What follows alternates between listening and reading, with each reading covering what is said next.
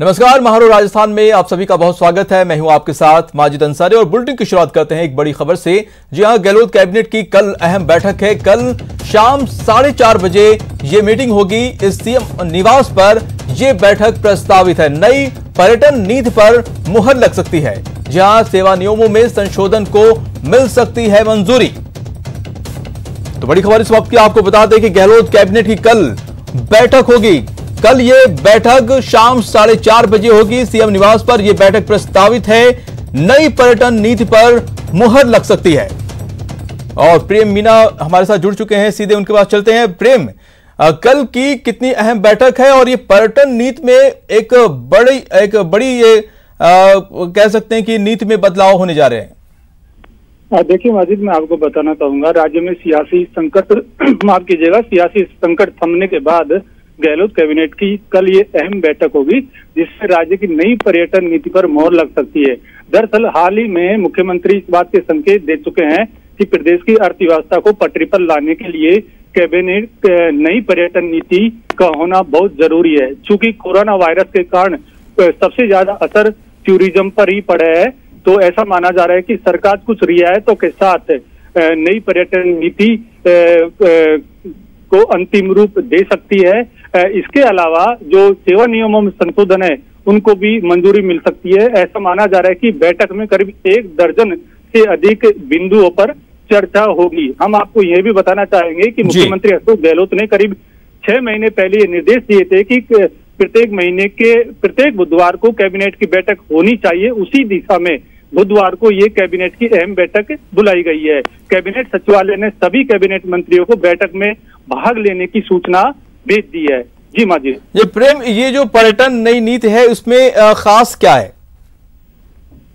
देखिए, मैं आपको बताना चाहूंगा माजिद जी, दरअसल जो कोरोना वायरस है उसके कारण पर्यटन उद्योग पर बहुत ज्यादा कुप्रभाव पड़ा है। तो ऐसा माना जा रहा है कि राज्य सरकार नई पर्यटन नीति को कुछ लचीला अपना सकती है, कुछ रियायत दे सकती है, ताकि जो पर्यटन इंडस्ट्री है उसको बढ़ावा मिल सके और लोगों को स्थानीय स्तर पर रोजगार के जो अवसर है वो मिल सके, नए अवसर रोजगार के सृजित हो सके। इसी पर राज्य सरकार का मुख्य फोकस रहेगा। और ऐसा माना जा रहा है कि जो नई पर्यटन नीति है उसका ताना बाना भी सरकार ने नए रोजगार के ऊपर ही बुना है, ताकि कोरोना वायरस के कारण जो पर्यटन इंडस्ट्री है वो एक बार फिर पटरी पर लौट सके।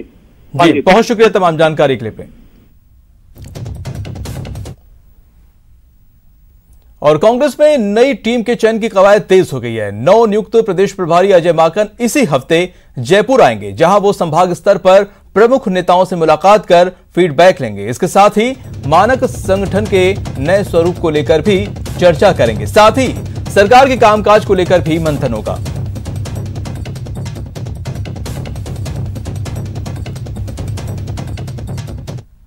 पूर्व सीएम बरकतुल्लाह खां की आज जयंती है। इस मौके पर पीसीसी कार्यालय में पुष्पांजलि कार्यक्रम आयोजित हुआ। कांग्रेस प्रदेश अध्यक्ष गोविंद सिंह डोटासरा सहित कई कांग्रेस नेताओं ने श्रद्धांजलि दी और इस दौरान मीडिया से बातचीत में उन्होंने प्रदेश प्रभारी अजय माकन के जयपुर दौरे के बारे में जानकारी दी। साथ ही कहा कि निकाय और पंचायत चुनाव के लिए संगठन पूरी तरह से तैयार है।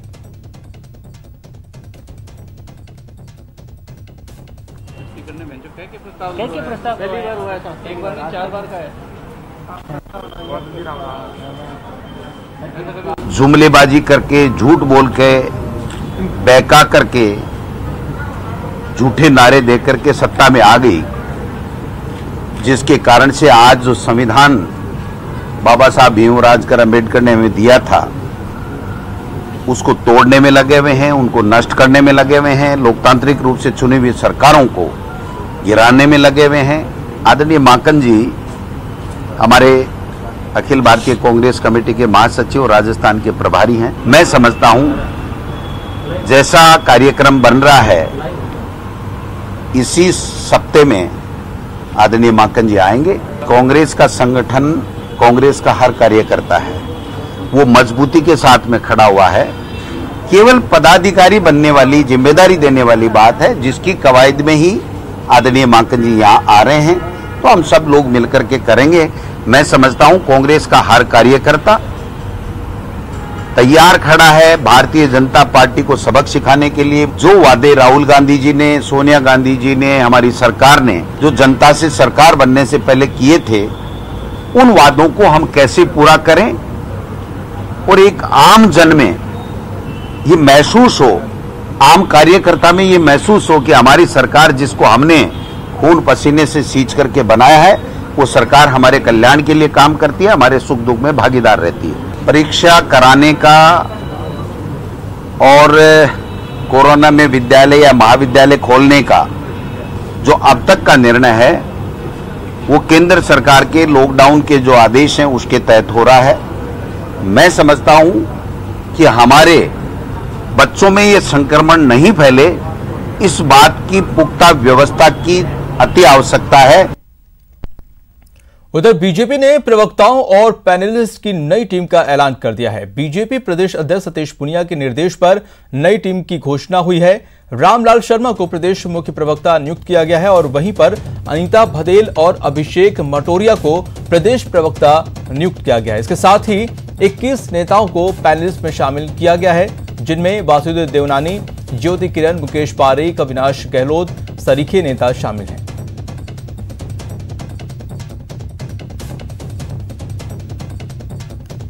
तो बीजेपी ने प्रवक्ताओं और पैनलिस्ट की नई टीम तैयार की है, उसका ऐलान कर दिया है। बीजेपी प्रदेश अध्यक्ष सतीश पूनिया ने इसका ऐलान किया है और आपको बता दें कि रामलाल शर्मा को प्रदेश मुख्य प्रवक्ता नियुक्त किया गया है।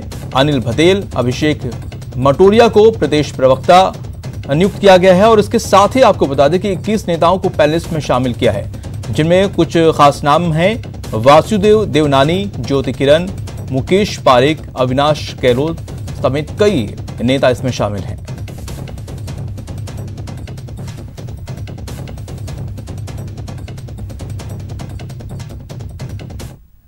और रुक करते अगली खबर का। 11 साल तक चले कोर्ट के ट्रायल के बाद पंजाब को दहलाने की साजिश रचने वाले 10 आरोपियों को बाड़मेर न्यायालय ने आजीवन कारावास की सजा सुनाई है। साल 2009 में पाकिस्तान से आरडीएक्स और विस्फोटक लाकर उसे बब्बर खालसा के आतंकियों के जरिए पंजाब को दहलाने की साजिश रची गई थी। आज करीब 11 साल बाद 10 आरोपियों को देश के खिलाफ साजिश रचने, विस्फोटक रखने और आर्म्स एक्ट के तहत न्यायाधीश विमिता सिंह ने उम्र कैद की सजा सुनाई है। आरोपियों के पास से 8 विदेशी pistol, 140 round ball cottage, 280 round ball cottage, 1040 kilogram जो है वायर और 6 किलो आरडीएक्स, 2 बैटरियां बरामद करने में सफलता हासिल की थी।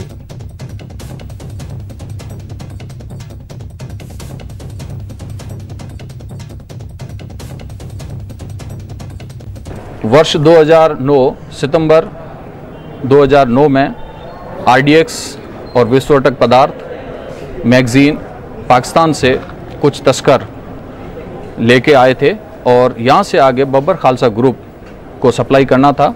और उस प्रकरण में 2009 के प्रकरण में 11 साल तक ट्रायल चली। आज ट्रायल कंप्लीट हुई, जिसमें माननीय न्यायालय के न्यायाधीश सुश्री विमिता सिंह जी ने फैसला सुनाया।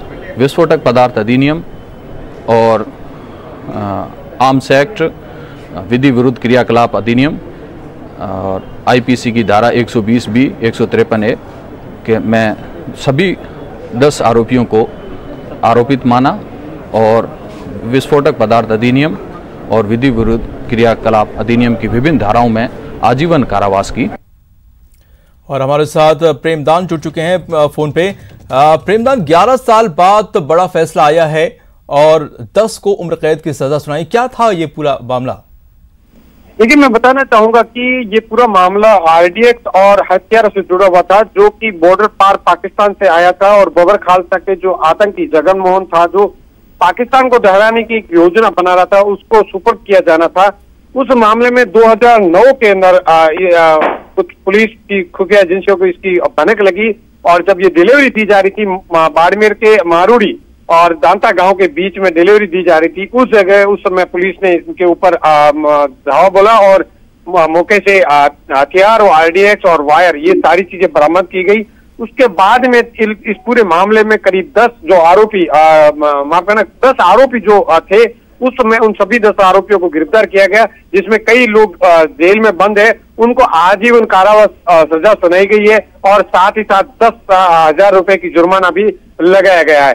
इससे सबसे बड़ी बात यह है कि इस पूरे प्रकरण में लगातार 11 साल तक ये जो सोडिया, मुख्य जो आरोपी सोडिया और जगन मोहन है, ये लोग जेल में रहे और ट्रायल चलता रहा।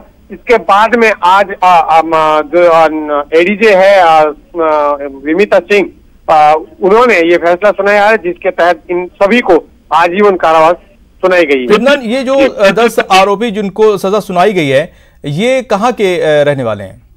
ये बॉर्डर के रहने वाले हैं। इसमें एक तो जगन मोहन है जो पाकिस्तान बबर खालसा का आतंकी है, दूसरे तो 9 लोग हैं, 9 लोग बीजरा थाना क्षेत्र के रहने वाले हैं, और इसमें सोडा खान और ये सारे के सारे बीजरा थाना क्षेत्र के बबूते के धानी और इसके आसपास के, क्योंकि ये बॉर्डर के जो पैरेलल गांव है वहीं से ये लोगों की जो होती है, इनकी रिश्तेदारी भी पाकिस्तान में है, तो ऐसे में उनसे बातचीत के दौरान ये इस तरीके का प्रकरणों में शामिल हो जाते हैं। तो उस समय ये लोग पकड़े गए थे और पकड़ने के बाद में अभी तक जेल में, और आज इन्हें फाइनली सजा मिली है। तो कहीं न कहीं इस तरीके के जो लोग हैं जो बॉर्डर पर इस तरीके की देश विरोधी गतिविधियों में लिप्त होने की संभावना जो रखते हैं, उन लोगों को एक सबक मिलेगा और आगे से वो इस तरीके की घटना से किनारा करेंगे। जी बिल्कुल प्रेमदान, बहुत शुक्रिया तमाम जानकारी के लिए।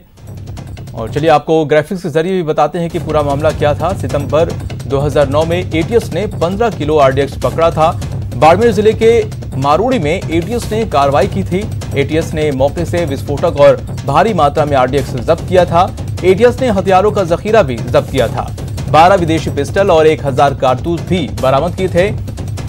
आपको बता दें कि पाकिस्तान से अली और फोटिया ने आरडीएक्स उपलब्ध कराया था।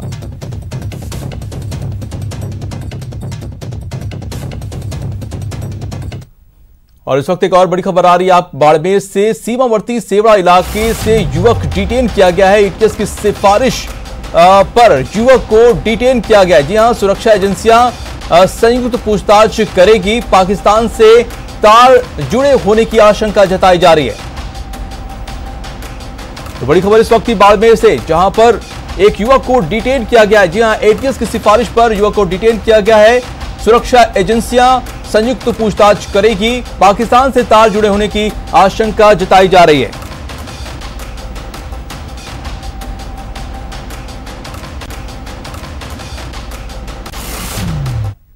और खबर बीकानेर से है, जहां पर बदमाशों ने की है फायरिंग। जी हां, जसूसर गेट पर अज्ञात बदमाशों ने फायरिंग की है। फायरिंग में एक बच्चे को गोली लगी है। गोली लगने से बच्चे की हालत गंभीर बनी हुई है। घायल बच्चे को अस्पताल में भर्ती कराया गया है। बड़ी वारदात को अंजाम देने आए थे ये बदमाश। पुलिस बदमाशों की तलाश कर रही है। तो बड़ी खबर बीकानेर से, जहां पर आपको बता दें कि जसूसर गेट पर अज्ञात बदमाशों ने फायरिंग की है, जिसमें एक बच्चे को गोली लग गई है और गोली लगने के बाद से बच्चे की हालत गंभीर है, जिसे अस्पताल में भर्ती कराया गया है। आपको बता दें कि ये जो बदमाश हैं वो बड़ी वारदात को अंजाम देने के लिए आए थे और अब पुलिस इन बदमाशों की तलाश में जुटी हुई है।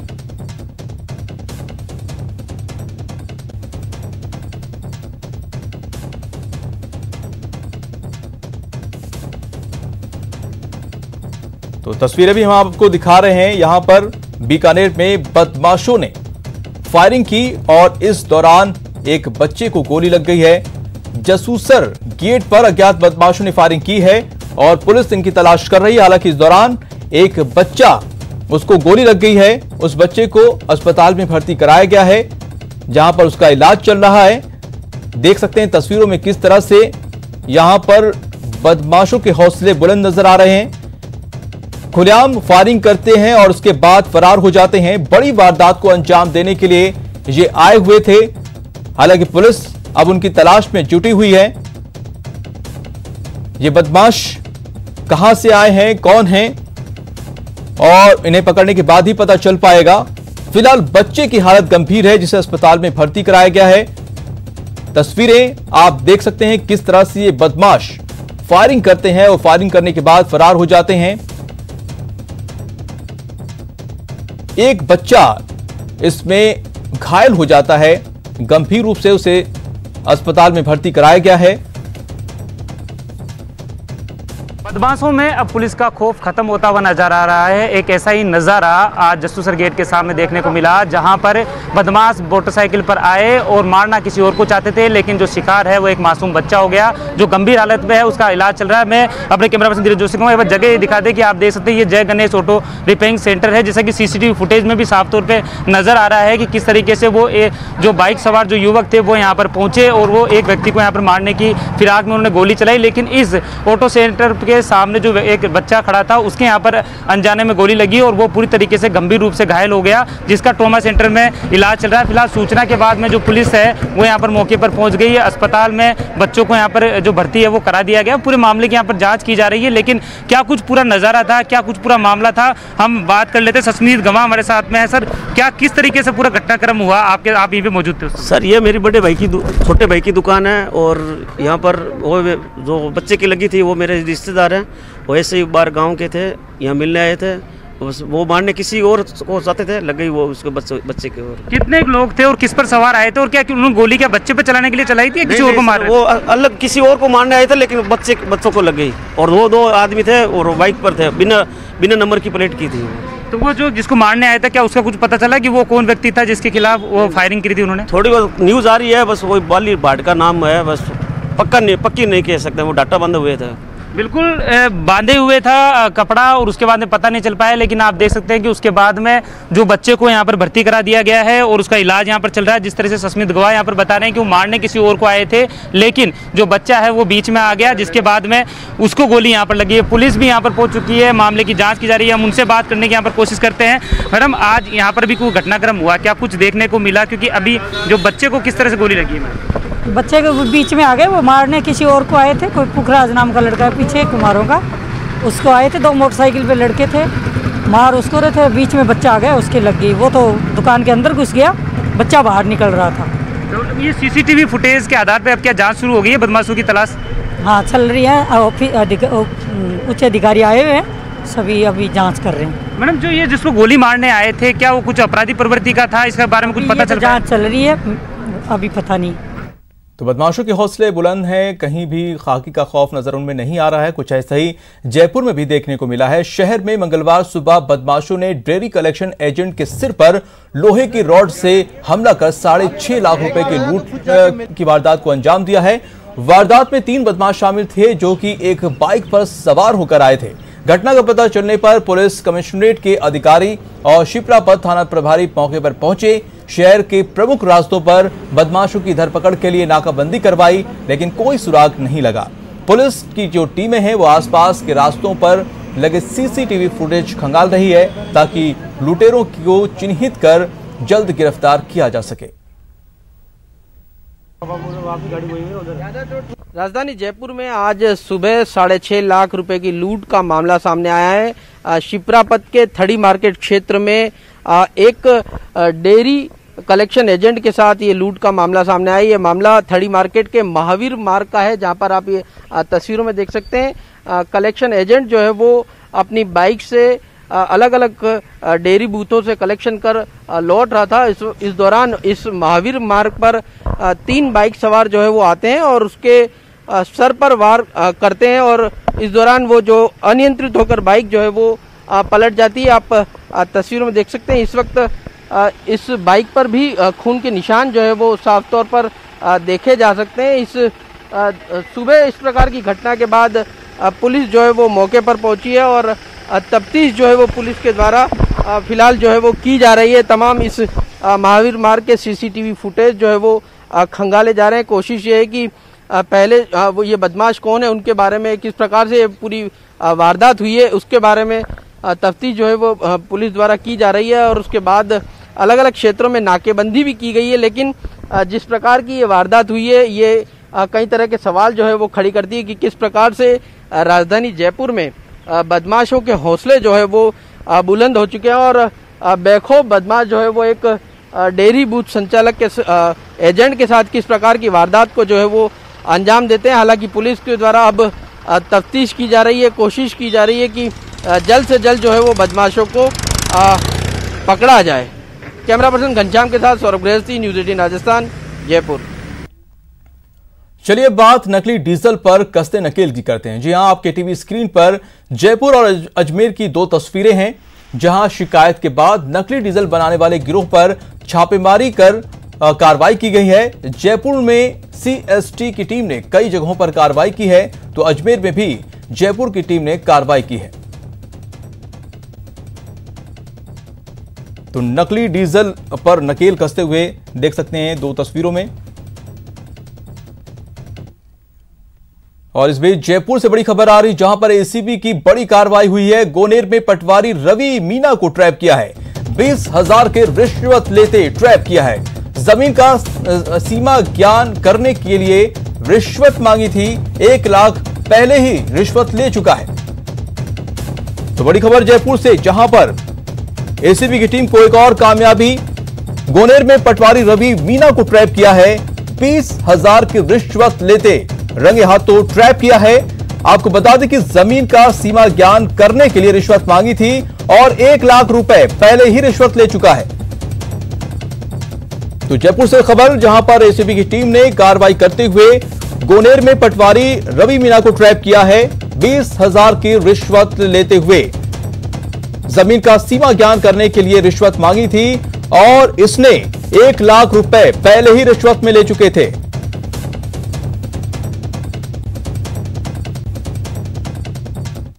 और चलिए अब हम आपको दिखाते हैं दो हैरान कर देने वाली तस्वीर। पहले दो तस्वीरें देखिए। देखा आपने?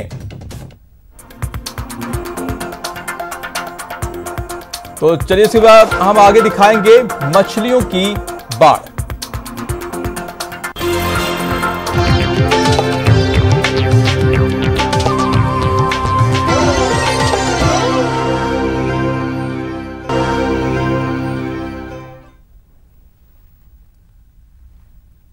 ब्रेक के बाद आपका स्वागत है। चलिए अब हम आपको दिखाते हैं दो हैरान कर देने वाली तस्वीर। पहले दोनों तस्वीर देखिए। जी हां, देखा आपने? पहली तस्वीर वायरल है और दूसरी तस्वीर कोटा की है। वायरल तस्वीर में आप इतनी बड़ी मछली को देखकर हैरान हो गए होंगे।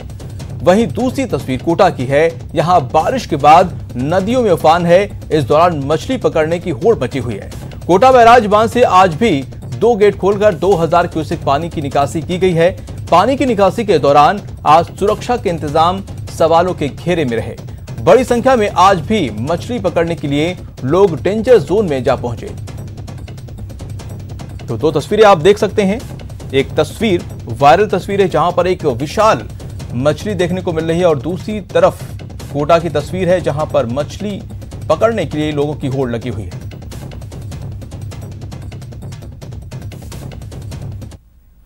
और बात कोटा की करते हैं। एक वीडियो दिखाते हैं। पहले वीडियो देखिए। वीडियो वायरल है। सोशल मीडिया पर एक विशाल काय मछली नदी में तैर रही है। बहुत बड़ी मछली है। ऐसी मछलियां जो सामान्य तौर पर समंदर में पाई जाती हैं। कुछ लोगों का दावा है कि यह वीडियो कोटा जिले के खातोली में बहने वाली पार्वती नदी का है और ये इतनी बड़ी मछली है जिसकी लंबाई करीब 10 फुट के आसपास नजर आ रही है। सोशल मीडिया पर लोग वीडियो को पार्वती नदी का बता रहे हैं। इस बारे में इटावा उपखंड के एसडीएम रामअवतार बरनाला से पूछताछ की गई तो उन्होंने इस वीडियो को फेक बताया है। पार्वती नदी का वीडियो होने की बात से भी उन्होंने साफ मना किया है। वहीं कुछ लोग इस वीडियो को महानदी का भी बता रहे हैं। हालांकि न्यूज 18 राजस्थान इस वीडियो की पुष्टि नहीं करता है।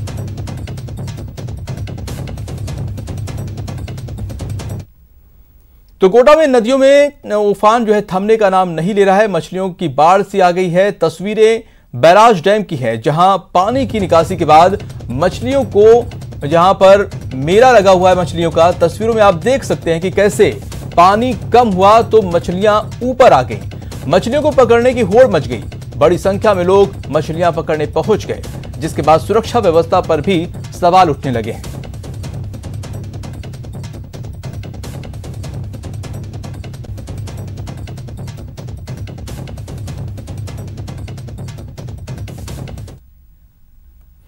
और अब आपको एक तस्वीर दिखाते हैं जो प्रतापगढ़ की है, जिसे देखने के बाद आप भी कहेंगे गधा सच में गधा होता है।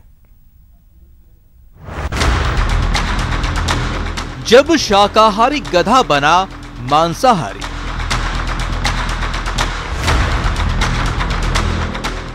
घास नहीं, सांप को बनाया खुराक।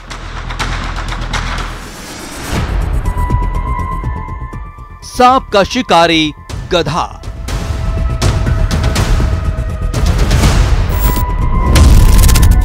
जी हां, तस्वीरें हैरान करने वाली है। 100% सच्ची तस्वीर है, ऐसी जिस पर विश्वास करना मुश्किल है।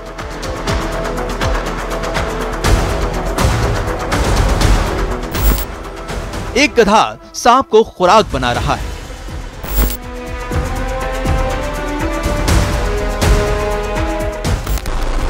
एक गधा सांप का शिकार कर रहा है।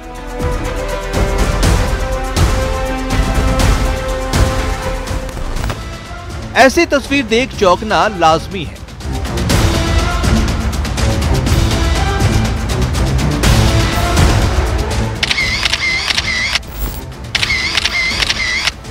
भला जब शाकाहारी गधा घास चरने के बजाय सांप का शिकार करने लगे तो कोई भी चौंक जाएगा।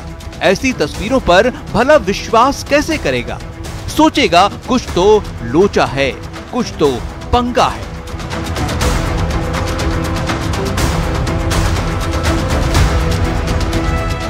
लेकिन हम आपको बता दें, आप जो देख रहे हैं वही सच है। गधा सांप को ही खा रहा है। शायद इस बात से अनजान है कि मौत उसकी भी पक्की है और हुआ भी वही।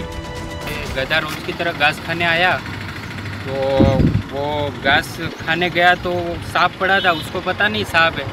वो क्या है, गधे के मुंह में वो घास खाने गया तो वो सांप उसके जबड़े में आ गया और जैसे जबड़े में बाइट्स किया उसने तो सांप उसके दोनों दांतों में चिपक गया। उससे वो छुड़ाने के लिए वो क्या है उसको कर रहा था, लेकिन वो छूटा नहीं और सांप ने उसको, वो जहर के कारण गधा भी मर गया और सांप भी मर गया। तस्वीरें प्रतापगढ़ के पीपलू खूंट की है, जहां माही नदी के तट पर एक गधे को सांप से पंगा लेना भारी पड़ गया। हुआ ये कि घास चर रहे एक गधे ने गलती से घास के साथ एक सांप को भी अपने मुंह में ले लिया और उसे खाने लगा। सांप के मुंह का काफी हिस्सा गधे के जबड़े में था। गधे ने सांप से छुटकारा पाने की काफी कोशिश की, लेकिन सांप ना निकलते बन रहा था और न ही उगलते। नतीजा 2 से 3 घंटे के बाद गधे का भी काम तमाम हो गया। प्रतापगढ़ से न्यूज़ 18 के लिए चंचल संध्या की रिपोर्ट।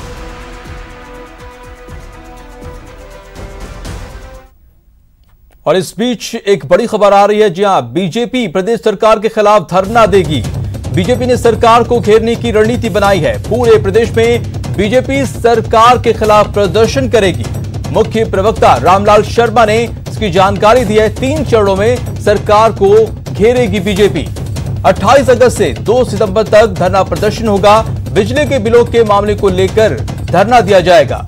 बंद पड़ी लोक जन कल्याणकारी योजनाओं को शुरू करने की मांग करेगी। तो बीजेपी प्रदेश सरकार के खिलाफ धरना देगी, उसको लेकर पूरी रणनीति तैयार कर ली है। मुख्य प्रवक्ता रामलाल शर्मा ने इसकी जानकारी दी है। 3 चरणों में सरकार को घेरेगी बीजेपी। और इसी के साथ इस बुलेटिन में इतना ही। नमस्कार।